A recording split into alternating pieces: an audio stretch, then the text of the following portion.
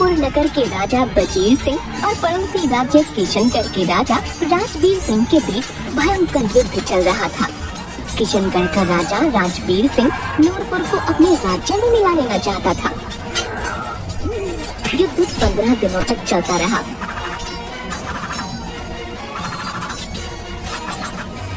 सैकड़ों सिपाही मारे गए, लेकिन अंत में राजवीर सिंह को रणभूमि को छोड़ भागना पड़ा और वजीर सिंह इस युद्ध में विजयी हुए। लेकिन युद्ध में अधिकतर राजकोष खाली हो चुका था और धनापूर्ति के लिए चिंतित वजीर सिंह की तबीयत बिगड़ती जा रही थी। वजीर सिंह अपने महामंत्री से, महामंत्री जी, हमें धन की बहुत जरूरत है। इस युद्ध में हमारा बहुत नुकसान हुआ है। सारा राजकोष खाली हो चुका है। हमें जल्द से जल्द धन की व्यवस्था करनी होगी। हाँ महाराज, हमें इस विषय पर सोचना होगा, क्योंकि जब तक धन की जरूरत पूरी नहीं होगी तब तक राज्य का कार्य चलाना मुश्किल होगा। महाराज, आप अपने पुराने महल में छुपे खजाने को क्यों नहीं निकलवा लेते? महामंत्री जी, आपको तो पता है कि उस खजाने तक सिर्फ वही इंसान पहुंच सकता है जो ईमानदार, निस्वार्थ और उसके साथ साथ बुद्धिमान भी हो। जब भी कोई उस पुराने महल में गया है कभी वापस नहीं आया है, और ये बात गांव के लगभग सभी लोग जानते हैं। और ऐसा कोई व्यक्ति नहीं है जिसके अंदर लालच न हो, और आज के समय में ऐसा व्यक्ति मिलना असंभव लगता है। आप मुझे कुछ दिन का समय दीजिए, मैं ऐसे इंसान की जरूर तलाश करूंगा। महामंत्री ये जानते थे कि उस पुराने महल में जाने के लिए हिम्मत के साथ साथ हौसला भी चाहिए, और ये दोनों चीजें हमारे सैनिकों में नहीं है। महामंत्री ने बहुत ढूंढा, पर कोई भी ऐसा व्यक्ति नहीं मिला जो उस महल में जा सके। उन्होंने बहुत जगह ढूंढा, पर कहीं ऐसा व्यक्ति नहीं मिला। महामंत्री परेशान होकर बैठ जाता है। क्या करें?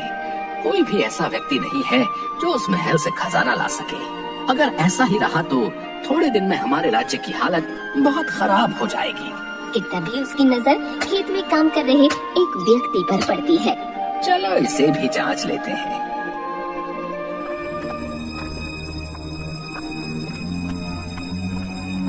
महामंत्री उसके खेतों की तरफ से जाते हैं और रास्ते में चलते वक्त कुछ सोने के सिक्के खेतों में गिराकर आगे बढ़ जाते हैं। और जैसे ही उस अर्जुन की नजर उन सोने के सिक्कों पर पड़ी, वो महामंत्री जी को बुलाने लगा। महामंत्री जी सुनिए, सुनिए महामंत्री जी। महामंत्री जी रुक गए। अर्जुन भागा भागा उनके पास गया। क्या हुआ? मुझे क्यों बुला रहे हो? महामंत्री जी, आपके सोने के सिक्के मेरे खेत में गिर गए थे। मैं इन्हें देने के लिए ही आपको बुला रहा था। मुझे तो पता भी नहीं चला कब ये सिक्के गिर गए। लेकिन एक बात बताओ, तुम्हें धन की जरूरत नहीं है क्या? महामंत्री, धन की जरूरत किसे नहीं है? धन की जरूरत तो है, लेकिन अपने मेहनत की धन की, दूसरे के मेहनत की नहीं। महामंत्री उसका जवाब सुनकर खुश हो गए, क्योंकि उसके मन में जरा भी लालच नहीं था। महामंत्री ने पूरी बात अर्जुन को बताई।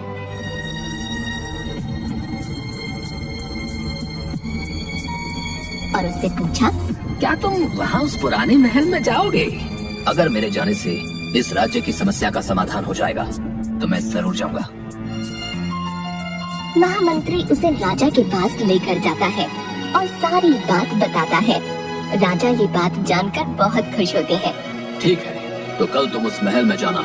महामंत्री, इन्हें पुराने महल जाने के लिए रास्ता बता दो। जी महाराज, मैं अभी बता देता हूँ। महामंत्री ने अर्जुन को महल जाने का रास्ता अच्छे से समझा दिया। और अगले दिन अर्जुन पुराने महल के लिए निकल जाता है।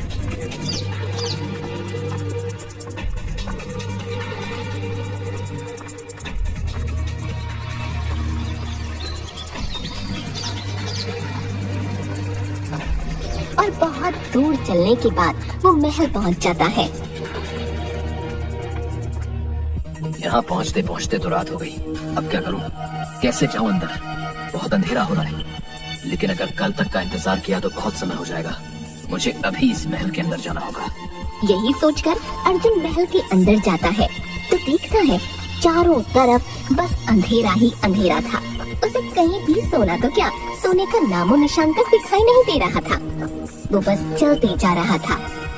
वो थोड़ा आगे बढ़ता है। तभी उसे वहाँ 2 दरवाजे नजर आते हैं। अब कौन सा दरवाजा सही है?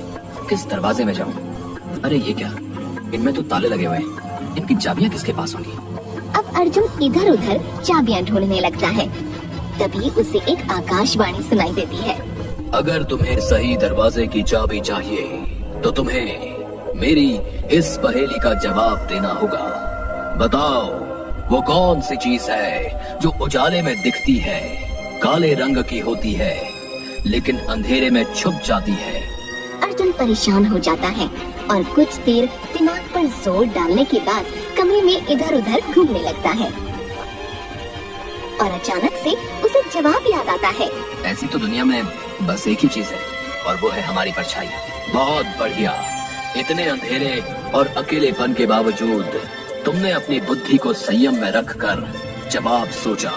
ये सच में काबिले तारीफ है। चलो, तुमने इस कमरे में जाने का पहला चरण तो पार कर लिया। बाएं हाथ के दरवाजे के पास जाओ और ध्यान से देखो, ताला खुला है।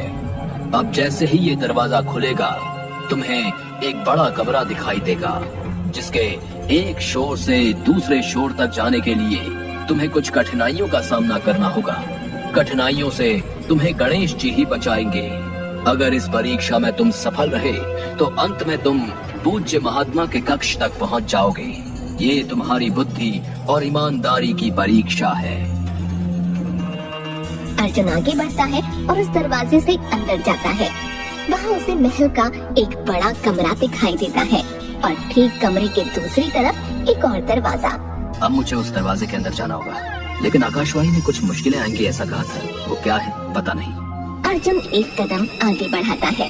कमरे के फर्श पर लगे पत्थर अलग अलग रंग के चमकने लगते हैं और एक तरफ से उड़ता हुआ पत्थर आकर उससे टकराता है और उसे घायल कर देता है। इससे पहले कि अर्जुन कुछ समझ पाए, वहाँ पर बहुत सी चमगादड़ें उड़ती हुई उस पर झपट पड़ी। ये क्या हो रहा है? मुझे कुछ समझ नहीं आ रहा। तभी उसे आकाशवाणी में कही बात याद आती है और वो सोचने लगता है कि गणेश जी कैसे उसकी मदद कर सकते हैं। ध्यान से देखने पर उसे फर्श के एक छोर से दूसरे छोर तक एक स्वस्तिक चिन्ह नजर आता है और वो समझ गया कि उसे इन्हीं पत्थरों पर पैर रखकर आगे बढ़ना होगा। अब मैं स्वस्तिक चिन्ह वाले पत्थरों पर चलता हूँ। और अर्जुन आगे बढ़ता है और स्वस्तिक चिन्ह के ऊपर चलते हुए कमरे के दूसरे छोर पर पहुंच जाता है और वहाँ जाकर जैसे ही दरवाजा खोलता है उसे उस कमरे में एक महात्मा दिखाई दिए। आ गए तुम। मुझे तुम्हारे जैसे दिल के साफ, बुद्धिमान और सच्चे इंसान का वर्षों से इंतजार था, ताकि इस खजाने को तुम्हें सौंपकर मैं स्वर्ग यात्रा पर निकल सकूं। महात्मा को प्रणाम। हे महात्मन, मैं तो एक साधारण किसान हूँ। बस अपने राज्य सुधार के लिए अपने राजा की मदद हेतु यहाँ आया हूँ। वो सामने का पूरा कक्ष सोने, चांदी, हीरे और जवाहरातों से भरा हुआ है। अब तुम जाओ और इस खजाने को भी ले जाओ। ये बोलकर महात्मा वहीं पर विलीन हो गए और अर्जुन जाकर उस कक्ष को खोलता है जो पूरा खजाने से भरा हुआ है। आखिरकार मैं अपने कार्य में सफल हुआ। धन्यवाद ईश्वर, धन्यवाद। उसके बाद महल से सिपाही बुलाकर रथ पर सारा खजाना लादकर राजमहल आ गए और राजा ने खुश होकर अर्जुन को अपने राज्य में सलाहकार के पद पर नियुक्त कर दिया।